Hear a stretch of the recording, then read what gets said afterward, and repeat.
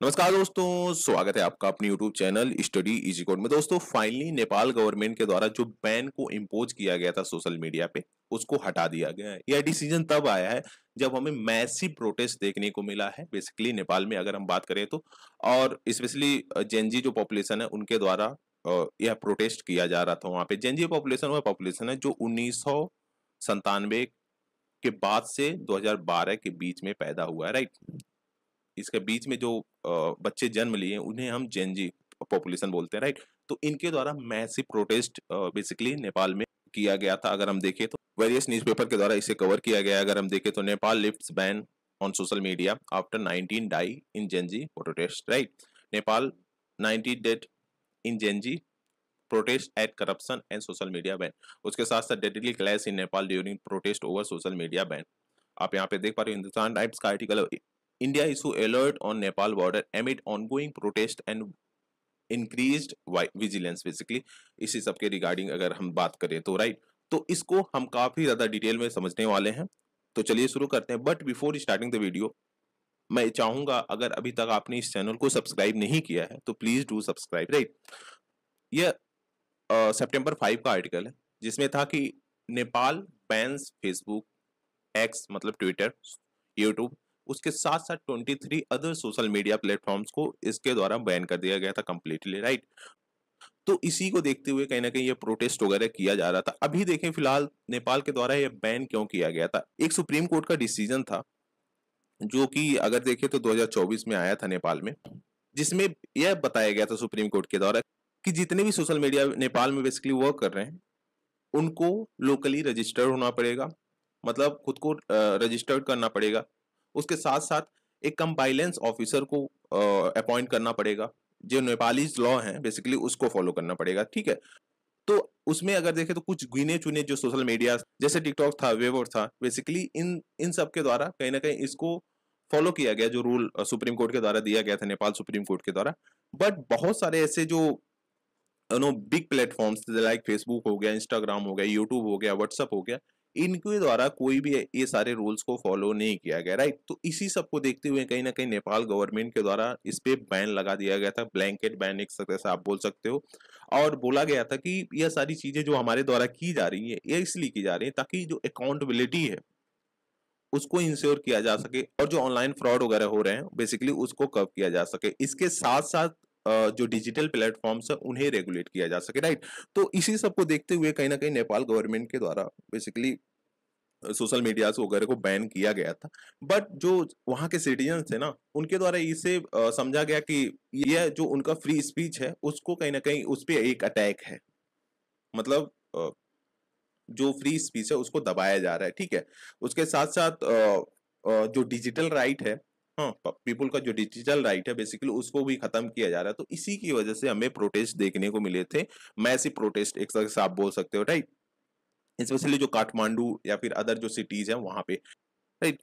तो उनका एक स्लोगन था जो था कि stop corruption not social media, मतलब आप करप्शन को स्टॉप करिए ना, सोशल मीडिया को स्टॉप करने से आपको क्या मिलेगा, राइट। और एक तरह से जो ये प्रोटेस्ट था पीसफुल एक तरह से प्रोटेस्ट था, वह धीरे धीरे करके एक वायलेंट का रूप ले लिया, जिसकी वजह से हमें कहीं ना कहीं वेरियस कैजुअलिटीज वहां पे देखने को मिली। अगर अभी बात करें तो बताया जा रहा है कि लगभग 19 लोगों की जानें जा चुकी हैं इस प्रोटेस्ट में, राइट। 19 लोगों की जानें जा चुकी है। अगर देखें तो इसमें 17 लोग काठमांडू से मरे हैं और 2 लोग सुनसारी डिस्ट्रिक्ट है नेपाल में, यहाँ पे बेसिकली यह कैजुअलिटी देखने को मिली है। इसके साथ साथ लगभग 347 पीपुल ऐसे हैं जो घायल हो चुके हैं, इंजर्ड हो चुके हैं, राइट। और जो प्रोटेस्टर थे उनके द्वारा बताया जा रहा है कि पुलिस के द्वारा वेरियस जो टीयर गैस है, बैटॉन्स है, बेसिकली रबर बुलेट्स वगैरह है, उसको यूज किया गया।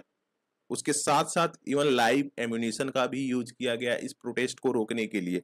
इसी वजह से कहीं ना कहीं हमें ये जो 9 कैजुअलिटीज हुई हैं उसको देखने को मिला है, राइट।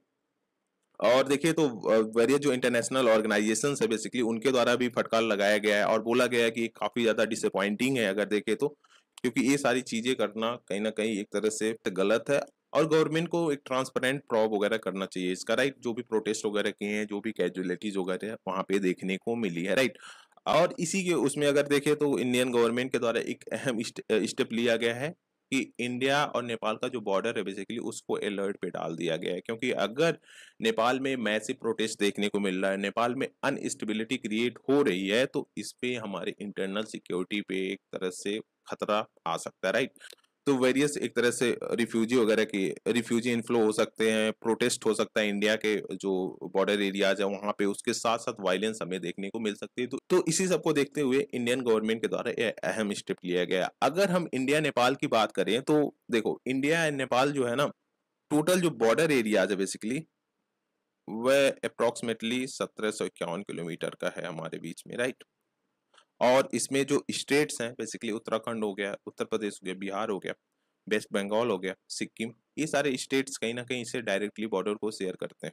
तो अगर यहाँ पे अनस्टेबिलिटी क्रिएट हो रही है तो ऑब्वियसली इधर आ सकते हैं जो एक तरह से रिफ्यूजी होंगे, राइट। इसमें इन्फ्लो हो सकते हैं, यहाँ इन्फ्लो हो सकते हैं, इससे हमारा जो स्टेट्स है ना यहाँ पे अनस्टेबिलिटी क्रिएट हो सकती है, राइट। हो सकता है कि उत्तर प्रदेश वाले थोड़ा सा वायलेंट हो जाए इनको लेके, कि यहाँ पे ऑलरेडी 21 से 22 करोड़ पॉपुलेशन रह रही है, फिर इसके बाद यहाँ पे इनफ्लो करना थोड़ा सा ऑब्वियसली एक काफी क्रिटिकल सिचुएशन हो जाता है, राइट।